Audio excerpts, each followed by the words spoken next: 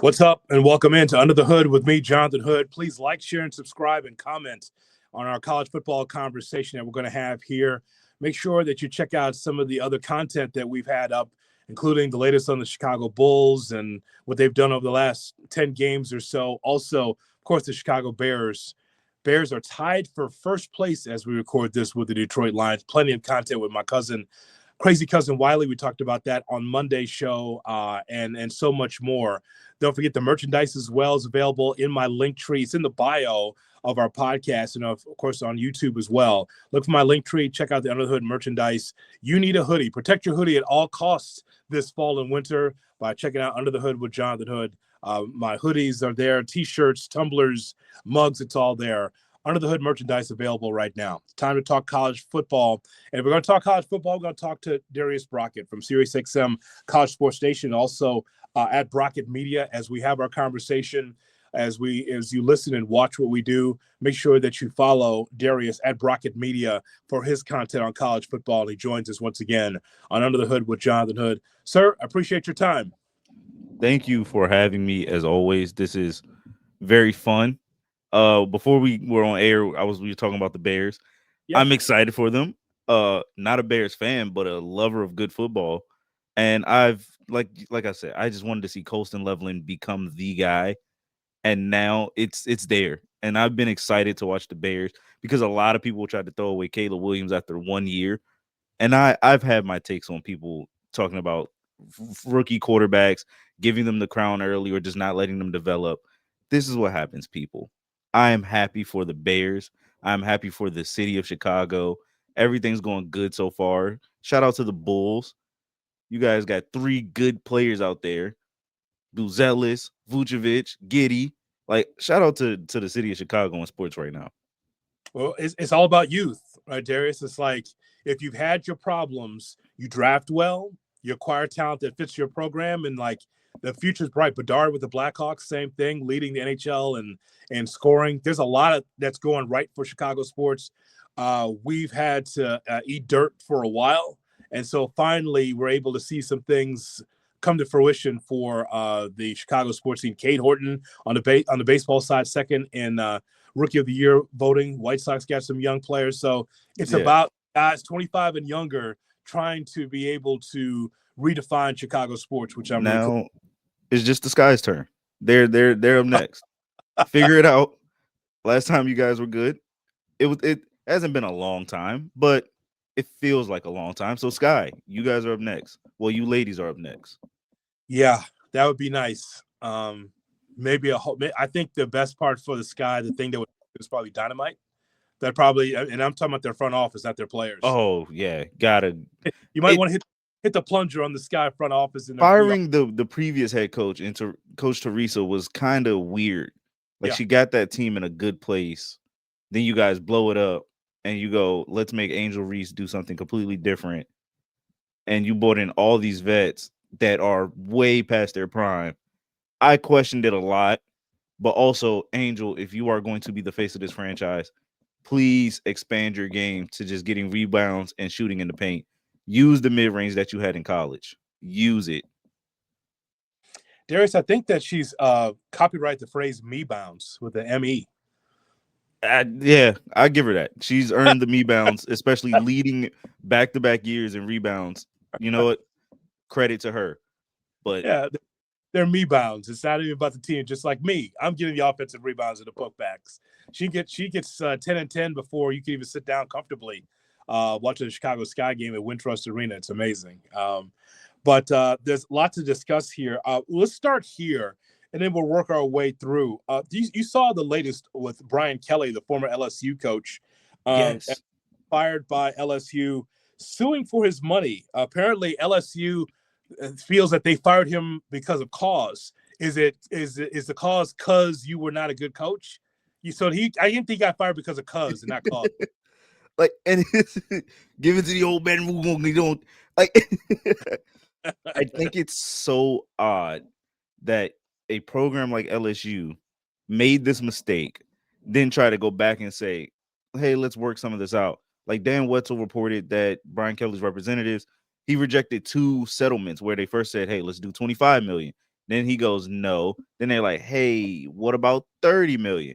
He goes, no. The man is entitled into 56 million in a buyout. And last time I checked, I have never seen any man, any person, any man, child, woman, no matter who you look like, what you look like, be offered a certain amount of money, then tell them you're not going to get that certain amount of money and be okay with not getting that certain million amount of money, whether it's $2 or 56 million. No one I've ever seen just accept, I'll do what's best for you guys. It's so weird. Yeah, it is. Brian Kelly deserves every dollar that he's owed. I don't know what else he's trying to pull. I know last time that we talked, we wondered if Brian Kelly could keep his job. And this, we could have a long conversation about the cross section of, sports and politicians getting into sports for like, was that the governor stepping in talking about how he's going to be part of the coaching search? It's like, this is just bizarro to Then me. he So, backtracks and says, I'm not going to be a part of the coaching search just yeah. for LSU to hire an athletic director who's now going to be in charge of the coaching search. But the governor, before all this, did a lot of talking. I think that's what makes it probably the most interesting case, because if you're a head coach out there and your name's floating around for LSU, like Coach Shatterfield out in Memphis, you have all these names that are coming up, and you're just LSU does no it no longer sounds like the attractive job because of the media circus that has now run around it, where Florida may not have the resources, but because they've been keeping their mouth shut and just going through the motions, I feel like anybody would rather take Florida than LSU now at this point. Yeah, I wouldn't want anything to do with the LSU job. And by the way, I know it's a good job. I know there's plenty of money there, but I just don't want to deal with the politics. I have a down season. You trying to buy me out, which I'm all good with the money, but I want to win. Give me the opportunity to win. Yeah, and Brian Kelly was put in a position where he thought he could win at LSU, Yeah. and he kind of jumped the gun early. I think that 2019, I mean that 2020 team, or when you have Jaden Daniels 2019-2020 team, you jump the gun. Your first year, you're in the SEC championship game, but then your second year, you're kind of in the middle. Then we get to where we are now. It's like everyone's expectations were fast tracked. Even though LSU was never terrible, even after Coach O departed and you bring in Brian Kelly, that team was never assembled terribly. You had the resources, you could recruit because you're in Baton Rouge, Louisiana, and the state of Louisiana as a whole has great athletes. It's just the expectation of winning there hits different than versus winning at right now Indiana, where now it's changed. But if anyone won 6 games, or Northwestern, you win 6 games there, everyone loves you and you're getting the extension right then and there. And it's even funnier because, or not funny, I should say, haha, but odd that when the governor steps in, that speech he gives and when he makes those proclamations, he throws the former AD under the bus, because the former AD was the same guy who hired Jimbo Fisher. I'm sorry, I said Jimbo Kelly, who hires Jimbo Fisher, and you might as well put both of them together because he gave both those guys those massive contract extensions with those buyouts. And now it's just, where do you go from here? So now you're trying to convince every coach, hey, if you come here, we may have to give you a little bit of less money, but trust me, it's going to be worth it. And I don't think anyone, at least to what we can assume, would just want to go for that job right away. Let's move our way up to Illinois against Maryland. You're very close to that Maryland program. And so Illinois, who was, if I'm not mistaken, Darius, like top 12, top 15 to start the season. And they've, just kind of settled in a little bit, not necessarily the favorite anymore. But what do you think of that matchup with Maryland taking on Illinois? This matchup is a game that I think now will officially make or break Coach Loxley. And I don't know if he'll be fired right after that game if they lose, or fired after the season if they lose. But it is a make or break game for Loxley. You have this young team, this young, talented team, but it seems like they can't put it together. And Maryland has been in the same revolving door under him since he's gotten there, where you start off hot those first 4 games. Everyone's looking at Maryland and goes, oh, is this team pretty good? Not Big Ten competition competing good, but are they pretty good? Now you finally put a stamp on it and beat Wisconsin, but now we kind of know who Wisconsin is, and that changes a lot of perception. And every game that you lost, except Indiana, was a game where and Rutgers was a game where you had the lead in the fourth quarter, under 5 minutes to go. Your team has the ball, or your defense is out there, and you just need one massive stop, and you don't get it done. Loxley, I believe, is a good coach, but I believe he's a coach that has only gotten his team but so far, and that's just me. I don't think that he's the guy that would take them to the next level. He does get the kids in. He's got Malik Washington. He has Zion Ely, who's coming in for next year. You're getting all this talent, but for some reason it hasn't been able to been put together. Your best season was with Tagovailoa, and even then that was 7-5, and you were playing in the Pinstripe Bowl. So I hope that this game does work out for him. But when you look at Illinois, although they've fallen short of expectations, Illinois is still a great team on paper, where they're favored by 6.5 last time I checked. So what can change? Maryland's defense needs to not be immature. They need to not have those risky and childlike penalties, the unnecessary roughness, the personal foul calls. Offense under Pep Hamilton, you guys got to find ways to put the ball in the end zone. It's not like the team can't move the ball downfield. They've put the ball in the red zone. They have so many drives within the 20, but so many of those come with field goals on the back end. And even if you back that up, they've had drives where they started in plus territory on the opposing 23 or the opposing 38, and you don't have a run game that can sustain it. So whether it's the talent around Malik Washington in that receiving core, or it's just Pep Hamilton not finding the right rhythm, that's what contributed to this lackluster season after such a hot start. What are Notre Dame's chances of getting into the big dance, into the tournament? Well, now it looks very favorable. As last time we talked, I made the proclamation, I don't see them getting in. Well, unfortunately, they have all the right in the world to get in, given how the rest of their schedule looks. Now, the good news is they have to play Pitt, and if they beat Pitt, I feel like that would make them somewhat of a certified lock. You win against Pitt, you're pretty much in, because you're double digit favorites on your next two opponents. However, the good news for Pitt is that you also have to play Georgia Tech and Miami, so both sides can help out their cause. And Notre Dame has done everything that the committee has wanted them to do. When we saw the initial rankings, they got put in at the 12 slot, which means, hey, they're good to get in. They're good enough to get in. From the eye test of what we saw, that these two teams are vastly different. And Pitt, from week 1 to now, is a team that deserves to be in the playoffs. Do I agree? No, I feel like their resume doesn't show that. However, if you've gotten better since your 2 losses, it's easy to make that argument. And they're going to finish out winning, right? Is USC on that schedule toward the end? No, they played USC. They already played USC. And what's left? So if I look it up, 2 shakes and a hand. Yes. They have to play. They got Pitt this week, Syracuse, and Stanford. Okay, those are wins. Very easily winnable games. So Notre Dame is favored by 11.5 against the spread here this week. We don't have the numbers for the next 2, but they were the only few teams that their win total at the beginning of the season was 10.5. Yeah. So more than likely, they'll run the table and get themselves in. I know for some Notre Dame fans, it's not necessarily pleasing to lose those 2 games, but still, you have a chance, like everybody else. A 2-loss Notre Dame team in the Independents deserve to be in. So I agree with you.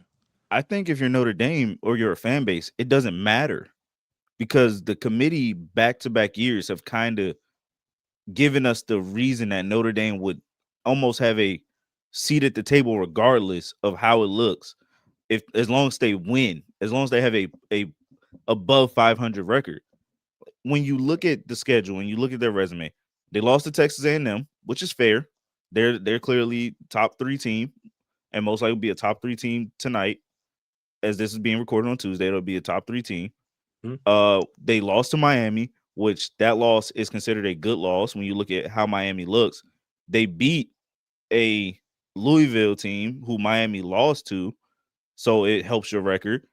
Your common opponents between everybody else would be Pitt, when it comes down to the ACC race and how that ACC championship has to shake out.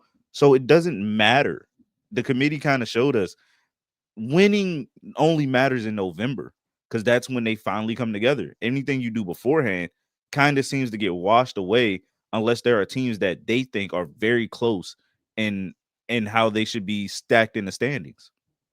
Let's talk a little bit about the Big Ten. Last time we spoke, we talked about Indiana, and they've had some tests. But this past Saturday, Darius, let me tell you something. That's great football right there. To see Indiana come back and they're still undefeated, and their coach is just like unbothered, unfazed by it all. It's one of the better stories, if not one of the best stories of college football to see Indiana in the spot undefeated. It's crazy. It is very crazy. And I think what we learned about Indiana now, we finally can say Indiana is somewhat tested. Indiana is somewhat hardened by their experiences and what they've gone through because every week we looked at Indiana and we're like, yeah, they're good, but Yep. yeah, they're good, but and it's because they're scheduling. You go Old Dominion, Kennesaw State, Indiana State is your first 3 games. And we're like, that doesn't mean nothing. Then we say your first big test is against Illinois. You beat them 63-10. And then we kind of see who Illinois is now, where we look at that and we go, I don't know. Then we question you against Oregon. You go beat Oregon by 10. And we still look at Oregon a little bit because they were never battle tested at that time either. And their most tested game would be Penn State. And we saw how that would end up turning out. So we look down at every roster and every game that they played. We still go, they're good. We're no one denying that they're good, but we're just like, what have we seen of you? What chops do you have? Because we expect teams that are this good to have some type of adversity, and we finally got to see it. We didn't know it would come against Penn State, and Fernando Mendoza does not play his best game, but Omar Cooper comes up with one of the best catches we've seen this year. And Yeah. shout out to that ref. Great eyes to not only recognize he has possession of the ball and his feet in, and he NFL catches it too, by the way, ladies and gentlemen. It's not he college rules 1 foot in. He got 2 in. So if you ever question one, he gave you 2 answers. So Indiana has been fun. Darius, I know that there's some that's giving Gus Johnson a lot of shit for that call. I think all of us had that octave. All of us had the cobra over our heads, with our hands over our heads. Like, I cannot believe that he made that catch. We all was screaming, like, I can't It believe was amazing. it was amazing. So for people that give Gus Johnson a bad, a tough time about his call, hey man, that's who Gus is. I love that call because we all were screaming like, oh my God, I can't believe he made that catch. Gus Johnson is one of the most famous play-by-play guys because he makes the moment feel like it was big. Like no one wants to see a catch like that and goes touchdown. No, he turned into a fan while still being professional at his job and being excited to see that. Let's give Gus Johnson all the praise while he's still here. All the biggest calls that we've seen him do on Fox have come with some of the funniest lines, some of the best call outs. Like I remember he got run away from the cop speed, and then 2 weeks later, that ends like when Madden comes out, that line is now in Madden like '09 or something. So like Gus Johnson, amazing call because we all felt it. And like you said, everyone had their hands on their heads. I had people texting me WTF. I had everybody who's watching that game with some form of expletive asking me, did he catch it? How did he get it in bounds? Gus Johnson was everybody else. He just had to be a little bit more PG-13 about it. Yeah, no question. So as far as the Big Ten is concerned, in the bracket, you should trademark that, young man. Nope, Bracket. nope, it's yours. I will trademark it and then I'll add you right to it. I've never given that a thought. Nope, you said it first. I will steal it, but I will put you in like that small size 0.3 font, Jonathan Hood. In the bracket, you have, I'm sure. Tell me if I'm wrong, and tell me who you'd add or omit. Indiana, Ohio State, Oregon, and then I question about USC and Michigan. Do you have 3 or do you have more than 3? I only have those 3. Okay. I think the Big Ten, unless somehow Michigan beats Ohio State and everybody else that's in that massive chunk in between finds a way to mess up, and then we have like a whole new Big Ten championship game, I see those three getting in. I don't really see anything changing much. I believe when Ohio State and most likely Indiana meet in that crash course for Big Ten, both teams get in regardless. It's hard to make that argument where only one of those teams get in and they have to watch while Oregon gets in. Oregon has kind of proven themselves to sit there.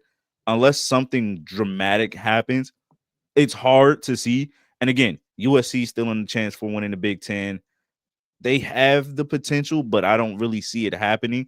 Michigan have the potential, but I don't really see it happening. So those three is kind of where it stays in my eyes, and I'm pretty sure it's a universal thought, at least as we talk today, given the upsets that can happen in college football.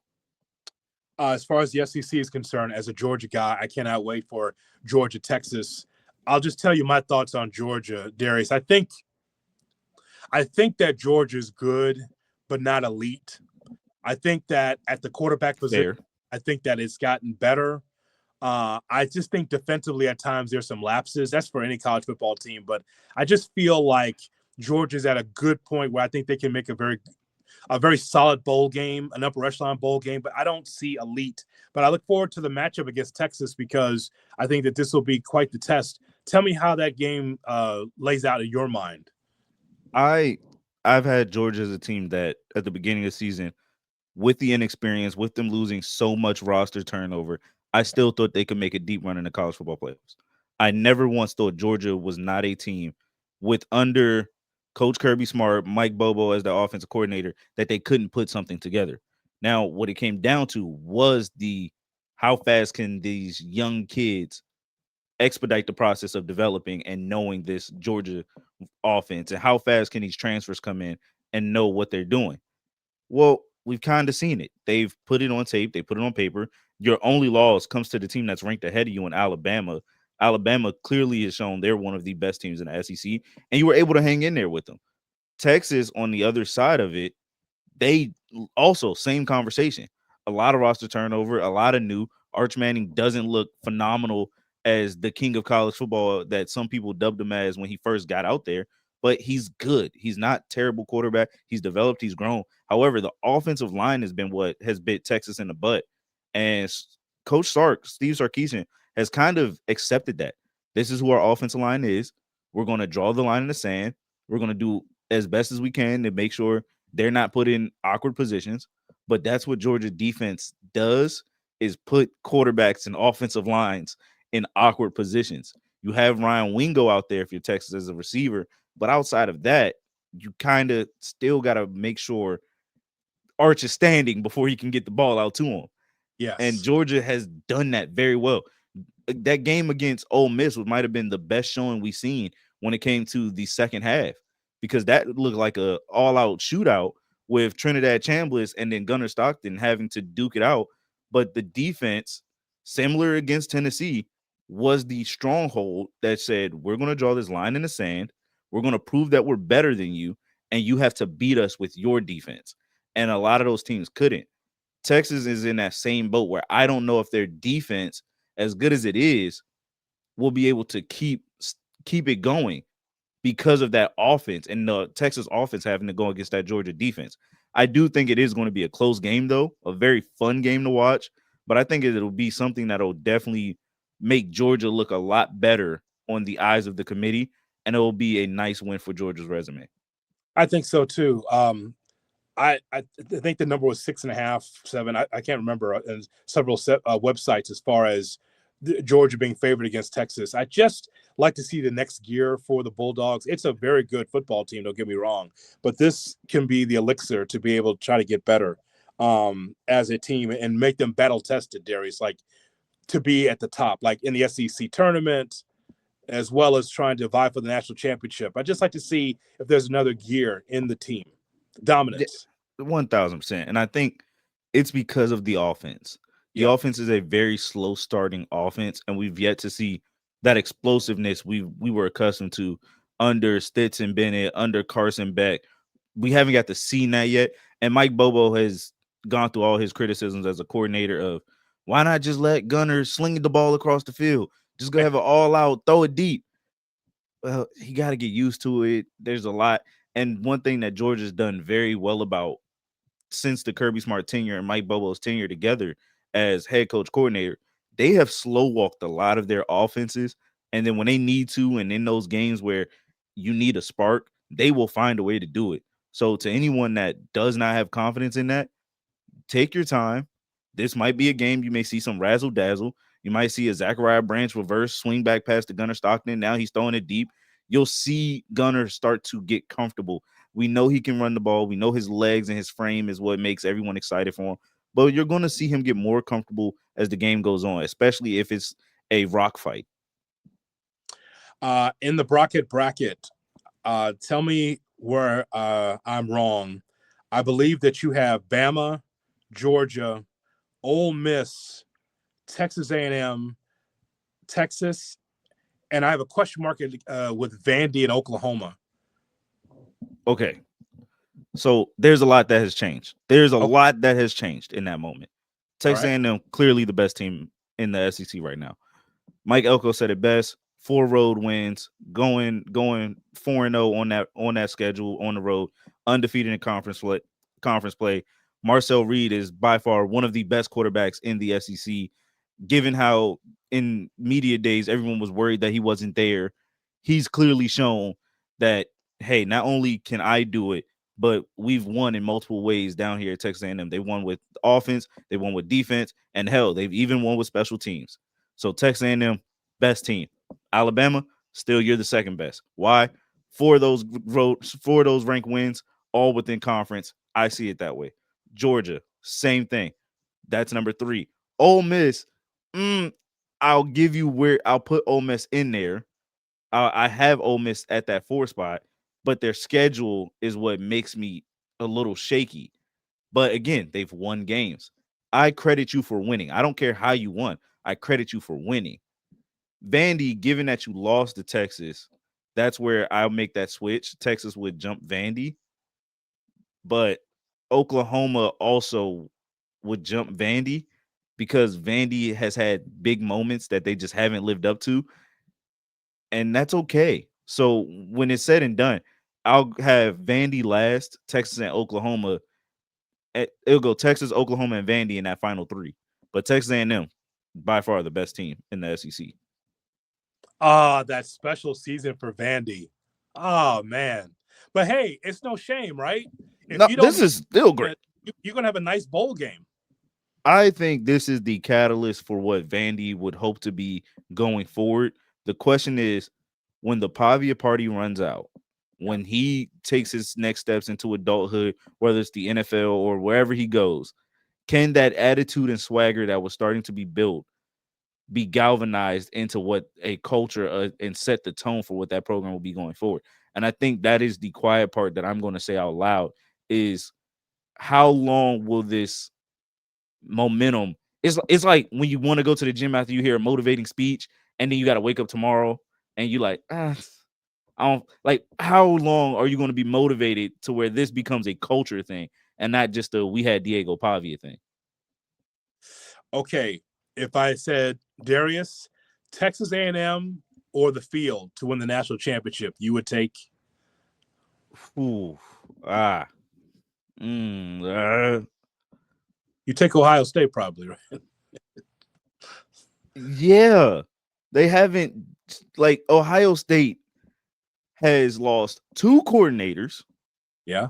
a quarterback to the NFL, a 2 defensive linemen to the NFL, a whole bunch of receivers to the NFL, whole bunch of offensive linemen, defensive linemen to the NFL, and somehow they are undefeated, only giving up no more than 6 points a game.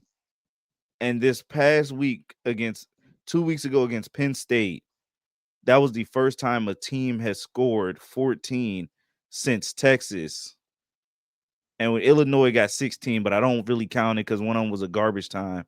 Yeah. And yet they are just winning.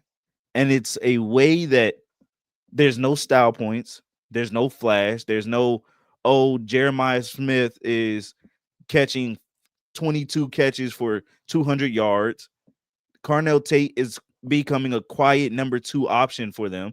and he's slowly rounding out his own niche in that offense.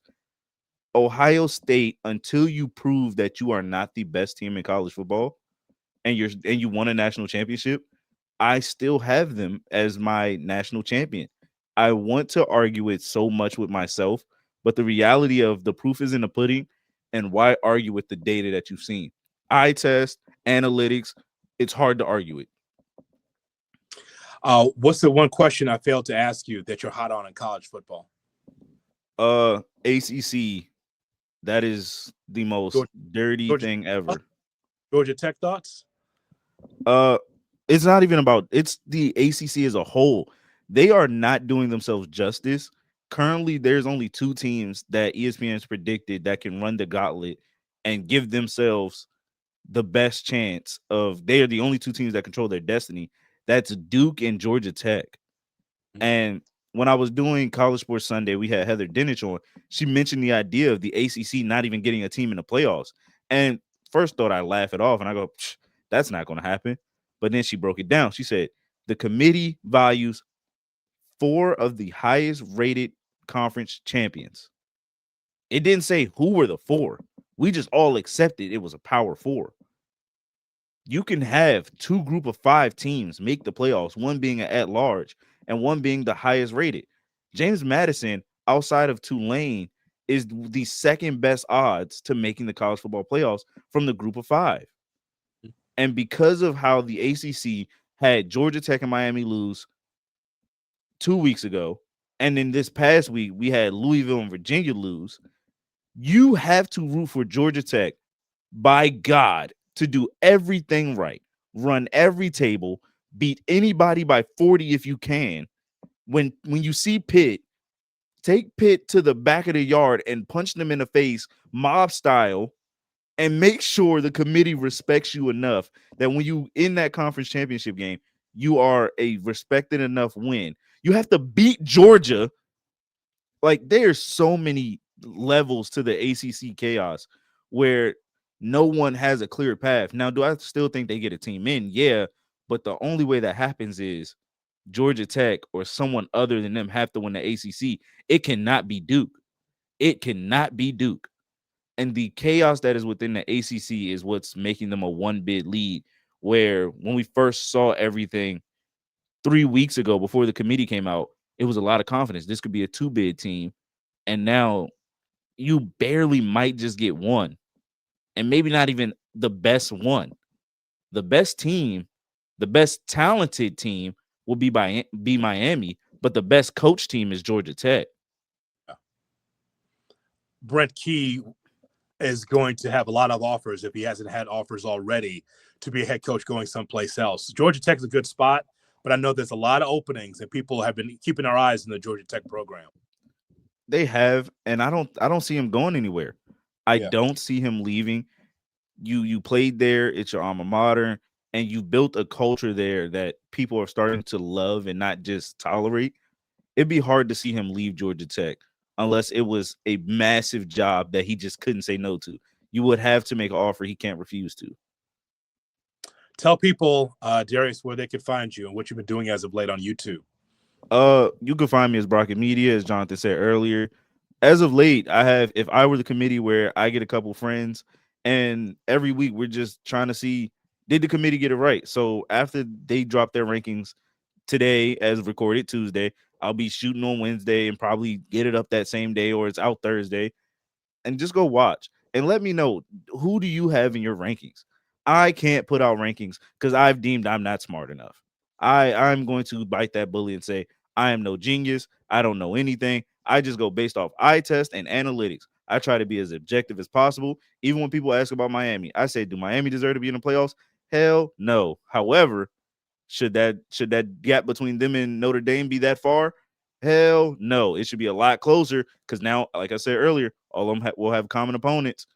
If Miami beats Pitt and Pitt beat Notre Dame, shouldn't that make Miami the better team?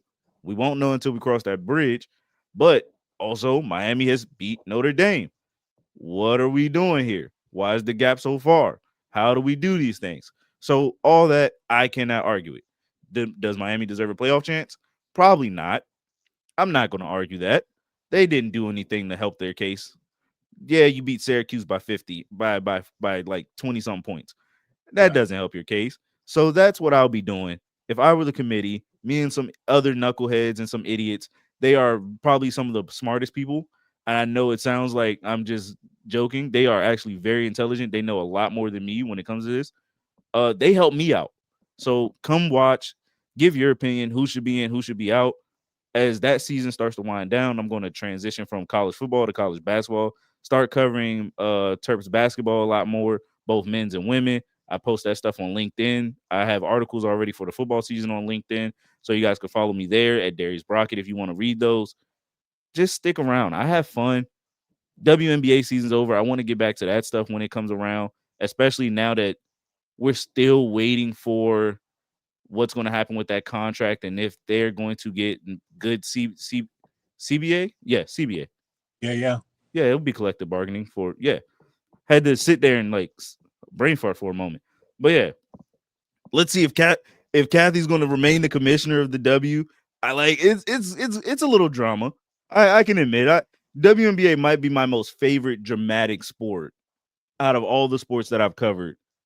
WNBA dramatics has like a certain flair to it where even if nothing's going on, someone will make something out of nothing. Football's dramatics just doesn't hit the same as W because you can see that like they're a family within that community. Everyone knows everything. So they're like, what are you talking about? Kathy, let's get something done. Either pee or get off the pot here. I prefer you got off the pot, but that's not my decision here. That's not my decision. Just so you know, Darius, that's wild that you just asked Kathy Engelbert to piss or get off the pot. That's wild what you just did there. Just so I'm just saying, either you give them what they want and you try to build relationships, or you say, hey, they should be grateful for what we're doing, and then just don't do anything. Unrivaled is a pretty good league. I'm just saying 3v3 has gotten really good in their first year, and they're adding some of the college stars for the next season. So either Commissioner Silver of the NBA, you find a replacement. Now it's your turn to pee or get off the pot. Huh? Got to do something here, because if you don't, that WNBA season with all the new talent that will be there next year, you got Juju, who most likely will come out. Flage, she's coming out. Olivia Mouse, she's going to come out. AZ Fudd, she's going to come out. You got a lot of talent that will be waiting. And if you don't have a league that's ready, you got all these expansion teams. Come on. I'm just saying. We hope that you can pee or get off the pot and subscribe to Under the Hood with Jonathan Hood. We ask you actually to get off the pot and make sure that you subscribe to Under the Hood with Jonathan Hood. Check out our college football conversations we have, like Darius Brockett and so many more. Darius, as always, an interesting ride. Thank you very much for your time. I am always enjoying this every time. Jonathan, I am so grateful for this every time. Especially because we don't have to do this it's not like we talk to each other every day. We come here, we do this, but then we're just learning more about each other, and this is the fun part. So to anybody who's listening, go subscribe. Go subscribe right now as I yell into my mic. Go subscribe. If you don't, I know people who can make you push that button. Go subscribe. I'm gonna go pee now. Thank you very much, man. Thank you. Darius Brockett with us here. And make sure that you like, share, subscribe, and comment to our conversation. If you're a college football fan, that's why we have carved out this for you on Under the Hood with Jonathan Hood. So long, everybody.